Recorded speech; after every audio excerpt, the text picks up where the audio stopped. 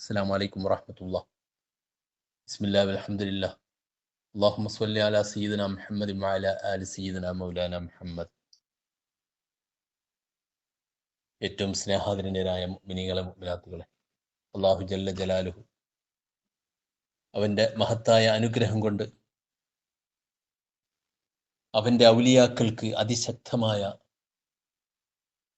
ശക്തിയും കഴിവും അസാധാരണത്വവും കറാമത്തും നൽകുന്നു. ഇന്നല്ലാഹു യർസുഖു മൻ യശാഉ ബിഗൈരി ഹിസാബ് എന്ന് വിശുദ്ധ ഖുർആൻ അസന്നിഗ്ധമായി പ്രഖ്യാപിച്ചിട്ടുള്ളതാണ്. അള്ളാഹു ഉദ്ദേശിക്കുന്ന ആളുകൾക്ക് അവൻ കണക്കില്ലാതെ കഴിവ് നൽകുമെന്ന് വിശുദ്ധ ഖുർആൻ പറഞ്ഞിട്ടുണ്ട്. ഈ ഒരു കഴിവ് മാനാ ഖാജ റളിയല്ലാഹു അല്ലാഹു റബ്ബുൽ ഇസ്സത്ത് നൽകിയിട്ടുണ്ട്. അതെല്ലാം മഹത്തുക്കളായ തൻ്റെ മശായിഖന്മാരുടെ ആർജിച്ചെടുത്തുകൊണ്ട് ഏത് വലിയ പ്രശ്നങ്ങളെയും പ്രതിസന്ധികളെയും തരണം ചെയ്യാനുള്ള കഴിവും കരുത്തുമായിട്ടാണ് മഹാനായ ഖാജ റളിയല്ലാഹു അൻഹു ഇന്ത്യയിലേക്ക് വരുന്നത്. അതും ഹബീബ് അഹ്മദ് നബി സല്ലല്ലാഹു അലൈഹി വസല്ലം തങ്ങളാണ് ഖാജയെ പറഞ്ഞേക്കുന്നത്. ഇവിടെയുണ്ടോ ഏതെങ്കിലും ഘോരവനക്കളിൽ ധ്യാനനിരതരായി കഴിയുന്ന മൂർത്തികളെയും മറ്റുമെല്ലാം ധ്യാനിച്ചുകൊണ്ട് പൈശാചികമായ അതിശക്തമായ കഴിവിലൂടെ ദേവലോകം മുഴുവനും കീഴടക്കിയിട്ടുള്ള ശക്തന്മാർ അവിടെ വിജയിക്കുന്നു. ശാന്തിദേവനെ പരാജയപ്പെടുത്തിയതിനു ശേഷം രാജാവ് പിന്നീട് കണ്ടെത്തുന്നത് അജയ്പാൽ യോഗി എന്നറിയപ്പെടുന്ന അതിശക്തനായ ഒരു യോഗിയാണ്. ഘോരവനത്തിലാണ് അയാൾ ധ്യാനനിരതനായി കഴിയുന്നത്. രാജാവിൻ്റെ അനുയായികൾ പല പ്രാവശ്യം അയാളെ വിളിച്ചിട്ടും അയാൾ തിരസ്കരിച്ചു. അവസാനം കൽപ്പന സ്വീകരിച്ചുകൊണ്ട് അയാൾ വരികയാണ്. ഞാൻ വന്നു കഴിഞ്ഞാൽ എത്ര ശക്തനായ ഫക്കീറാണെങ്കിലും നിമിഷ നേരങ്ങളെ കൊണ്ട് അദ്ദേഹത്തെ കെട്ടുകെട്ടിക്കാൻ എനിക്ക് കഴിയും എന്ന് അയാൾ വീമ്പ് പറയുകയും ചെയ്തു. അങ്ങനെ വന്നു. നാട്ടിൽ വലിയ ചർച്ചയായി. അജയ്പാൽ യോഗി വരുന്നുണ്ട്, ഇനി ഒരു രക്ഷയുമില്ല, ആ ഫക്കീറും അനുയായികളും ഓടി രക്ഷപ്പെടും. അത് കാണാൻ വേണ്ടിയാണ് ജനങ്ങൾ അവര് ഒരുമിച്ച് കൂടിയിരിക്കുന്നത്. അതേ, ഉടനെ തന്നെ അജയ്പാൽ യോഗി എത്തിയിട്ടുണ്ട്. ഖാജ റളിയല്ലാഹുവിനോട് വളരെ ശക്തമായ ഭാഷയിൽ തന്നെ ഈ നാട്ടിൽ നിന്ന് ഉടനെ തന്നെ വിട്ടുപോകണം, ഇല്ലെങ്കിൽ വലിയ പ്രയാസം നേരിടേണ്ടി വരും, അതുകൊണ്ട് ഉടനെ തന്നെ പോകണം എന്ന രീതിയിൽ ഖാജ റളിയല്ലാഹുവിനോട് സംസാരിച്ചു. ഖാജ റളിയല്ലാഹു പുഞ്ചിരിയോടുകൂടി എല്ലാം കേട്ടു. നിനക്ക് കഴിയുന്നതെല്ലാം നീ പ്രയോഗിച്ചു കൊള്ളുക, ഞാൻ എല്ലാം സഹിച്ചുകൊള്ളും, എൻ്റെ അനുയായികളും സഹിച്ചുകൊള്ളും. ഖാജ റളിയല്ലാഹു അവിടെ നിന്ന് പ്രതികരിച്ചത് അങ്ങനെയാണ്. മഹാനായ ഖാജ റളിയല്ലാഹു തൻ്റെ അനുയായികളോട് പറയുന്നു, ഒരു വൃത്തം വരച്ചുകൊണ്ട് നിങ്ങളെല്ലാവരും ഇതിൻ്റെ ഉള്ളിൽ കഴിയുക, അവന് നമ്മെ ഒന്നും ചെയ്യാൻ സാധിക്കുകയില്ല. ഉടനെ തന്നെ അജയ്പാൽ യോഗി ഖാജ റളിയല്ലാഹു മുന്നിൽ വന്നുകൊണ്ട് ഇതാ താക്കീതായി കൊണ്ട് നിന്നോട് പറയുന്നു, ഇനിയും ഇവിടെ വിട്ടു പോയിട്ടില്ലെങ്കിൽ നിന്നെ ഞാൻ വളരെ ശക്തമായ പാമ്പുകളെ കൊണ്ടും തേളുകളെ കൊണ്ടും നിന്നെ ആക്രമിക്കും. ഖാജ റളിയല്ലാഹുവിന് ലവലേശം ഭയമില്ല, പുഞ്ചിരിച്ചുകൊണ്ടാണ് എല്ലാം നേരിടുന്നത്. അയാൾ ഉടനെ തന്നെ തൻ്റെ കയ്യിലുള്ള വടികളും അതുപോലെ തന്നെ മറ്റ് സാധനങ്ങളും നിലത്തിടുന്നു. അതെല്ലാം ഉഗ്ര സർപ്പങ്ങളും തേളുകളുമായി മാറി ഖാജ റളിയല്ലാഹുവിന്റെ അനുയായികളിലേക്കും കുതിച്ചു വരികയാണ്. എന്നാൽ ആ വൃത്തത്തിന്റെ സമീപത്ത് എത്തിയതേ അറിയുന്നുള്ളൂ, ഉടനെ തന്നെ അവ ചത്ത് മലക്കുകയാണ്. ഇത് കാണുമ്പോൾ ആ ആർപ്പുവിളി കൊട്ടി എല്ലാ നിലക്കും വിസിലടിച്ചുകൊണ്ട് അജയ്പാൽ യോഗിക്ക് പിന്തുണ പറഞ്ഞിട്ടുള്ള സമൂഹം മുഖത്തോട് മുഖം നോക്കുന്നു. ഉടനെ തന്നെ സമീപത്തുള്ള വലിയ ഘോര വനങ്ങളിൽ നിന്ന് അജയ്പാൽ യോഗിയുടെ നിർദ്ദേശപ്രകാരം അതിലും ശക്തരായ സർപ്പങ്ങളും അതുപോലെ തന്നെ പാമ്പുകളും തേളുകളും കുതിച്ച് എത്തുകയാണ്. എന്നാൽ നേരത്തെ ഉള്ളതുപോലെ തന്നെ അതിലപ്പുറം ഇവിടെ ഒന്നും സംഭവിക്കുന്നില്ല. അവയെല്ലാം ചത്ത് മലച്ചുകൊണ്ട് വീഴുകയാണ്. അവിടെ ഒരു സർപ്പക്കാവ് പോലെ നേരത്തെ ആയിരുന്നെങ്കിൽ ഇപ്പോൾ സർപ്പങ്ങളുടെയും തേളുകളുടെയും ചത്ത ശവക്കൂനകളാണ് ഇപ്പോൾ കാണാൻ സാധിക്കുന്നത്. അവസാനം അജയ്പാൽ അയാൾ പരാജയം സമ്മതിക്കാൻ തയ്യാറാകുന്നില്ല. അയാൾ അന്തരീക്ഷത്തിലൂടെ ശക്തമായി പാറിക്കൊണ്ടിരിക്കുകയാണ്.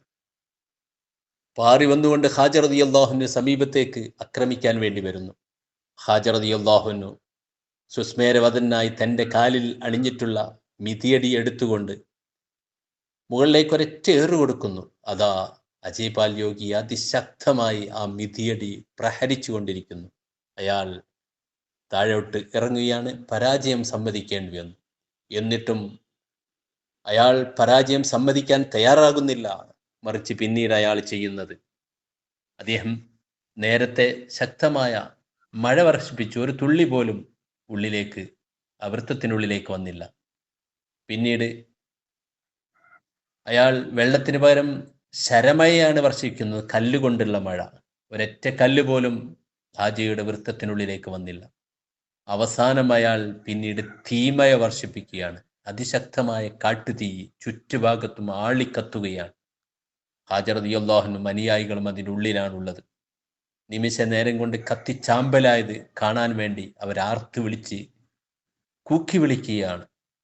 എന്നാൽ ആ തീയെല്ലാം കത്തിക്കഴിഞ്ഞതിന് ശേഷം മഹാനായ ഖലീലുല്ലാഹി ഇബ്രാഹിം നബി അലൈഹി സ്വലാത്തു വസ്സലാം നമ്രൂദിന്റെ തീക്കുണ്ടാരത്തിൽ നിന്ന് സുസ്മേരവദനായി എഴുന്നേറ്റ് വരുന്നത് പോലെ ഹാജർ റളിയല്ലാഹുവിനും ശിഷ്യരും സുസ്മേരവദനായി ചിരിച്ചു കൊണ്ടിരിക്കുന്ന കാഴ്ചയാണ് അവിടെ കാണാൻ സാധിക്കുന്നത്. യോഗിയുടെ യാതൊരു മാരണശക്തിയും അവിടെ വിജയിച്ചില്ല. നാഗസേന പരാജയപ്പെട്ടു, തേളിൻ സേന പരാജയപ്പെട്ടു. ഹാജ റളിയല്ലാഹു അൻഹു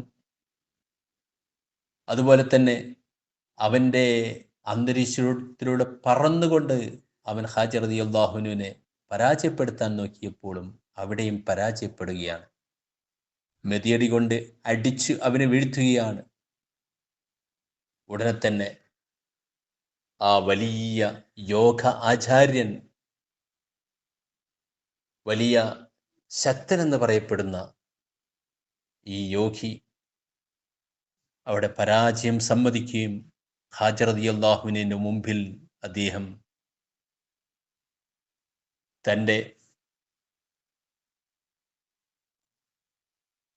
നിരവധി കാലത്തെ വനവാസത്തിലൂടെ ആർജിച്ചെടുത്തിരിക്കുന്ന ദിവ്യശക്തി മുഴുവനും ഇവിടെ നിമിഷങ്ങളെ കൊണ്ട് പരാജയപ്പെടുന്നത് അയാൾ മനസ്സിലാക്കുകയും തൻ്റെ ദിവ്യശക്തിക്ക് യാതൊരു കഴിവുമില്ല, ഇയാൾ അതിശക്തനായ ഒരു മഹാൻ തന്നെയാണ്, ഇയാളുടെ കയ്യിലാണ് മുഴുവൻ ശക്തിയുമുള്ളത് എന്ന് തിരിച്ചറിയുകയും മഹാനായ ഹാജർ റളിയല്ലാഹു ഉടനെ തന്നെ അദ്ദേഹത്തെ സത്യമതത്തിലേക്ക് ക്ഷണിക്കുകയും ചെയ്തു.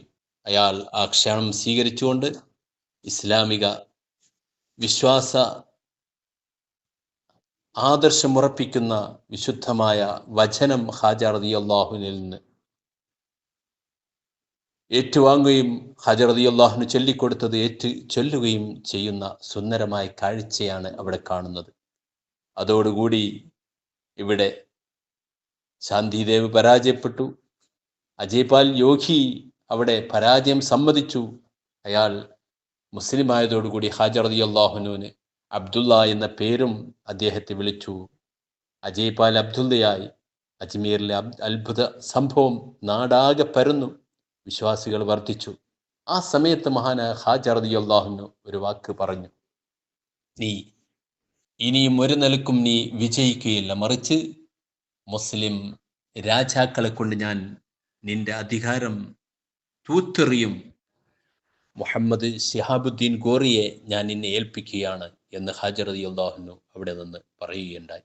നേരത്തെ ഗോറി പല സമയത്തും ഇയാളുമായിട്ട് ഏറ്റുമുറ്റിയിട്ടുണ്ട്. അതിലെല്ലാം പൃഥ്വിരാജ് വിജയിക്കുകയും ഗോറി പരാജയപ്പെടുകയാണ് ചെയ്തത്. എന്നാൽ അത് പറഞ്ഞ ഉടനെ തന്നെ പിന്നീട് ഗോറി ഇദ്ദേഹത്തിനെതിരിൽ പട നയിക്കുകയും പൃഥ്വിരാജ് ചൗഹാനെ ബന്ദിയാക്കി പിടിച്ച് അവസാനം അയാൾ വധിക്കപ്പെടുകയും അങ്ങനെ ആ രാജ്യം മുഴുവനും ഇസ്ലാമിൻ്റെ അധീനത്തിൽ വരികയും ചെയ്തു. യഥാർത്ഥത്തിൽ യുദ്ധത്തിലൂടെയല്ല, ജനങ്ങൾക്ക് സത്യം ബോധ്യപ്പെടുത്തി, സത്യം മനസ്സിലാക്കിയിട്ടും അത് സമ്മതിക്കാൻ ആ നാട്ടിലെ രാജാവ് മാത്രം തയ്യാറായില്ല. തൻ്റെ അമ്മ നേരത്തെ തന്നെ ഇതെല്ലാം പ്രവചിച്ചുകൊണ്ട് ആ ഫക്കീറിനെ നീ അംഗീകരിക്കൂ, എന്നാൽ നിനക്ക് വിജയമുണ്ട് എന്ന് നേരത്തെ തന്നെ ജ്യോതിശാസ്ത്രത്തിൽ അതിശക്തരായ കർപ്പൂരദേവി എന്ന അമ്മ പറഞ്ഞത് തിരസ്കരിച്ചുകൊണ്ട് തൻ്റെ ശക്തിയിൽ മാത്രം അദ്ദേഹം ശ്രദ്ധിച്ചുകൊണ്ട് ഏത് ശക്തിനെയും പരാജയപ്പെടുത്താനുള്ള ശക്തിയുണ്ട് എന്ന് വീമ്പ് പറയുകയും ചെയ്തതിൻ്റെ വളരെ ദാരുണമായ കാഴ്ചയാണ് അവിടെ കാണാൻ സാധിച്ചത്. അള്ളാഹു മഹാനായ ഖാജ തങ്ങളുടെ മദദ് നമ്മുടെ ജീവിതത്തിലെമ്പാടും നമുക്ക് നൽകുമാറാവട്ടെ. എത്ര ശക്തരായ ശത്രുവാണെങ്കിലും സത്യത്തിൻ്റെ, ധർമ്മത്തിൻ്റെ, നീതിയുടെ ശത്രുക്കളെ അള്ളാഹു എന്നും പരാജയപ്പെടുത്തി തരുമാറാവട്ടെ. അസ്സലാമു അലൈക്കും.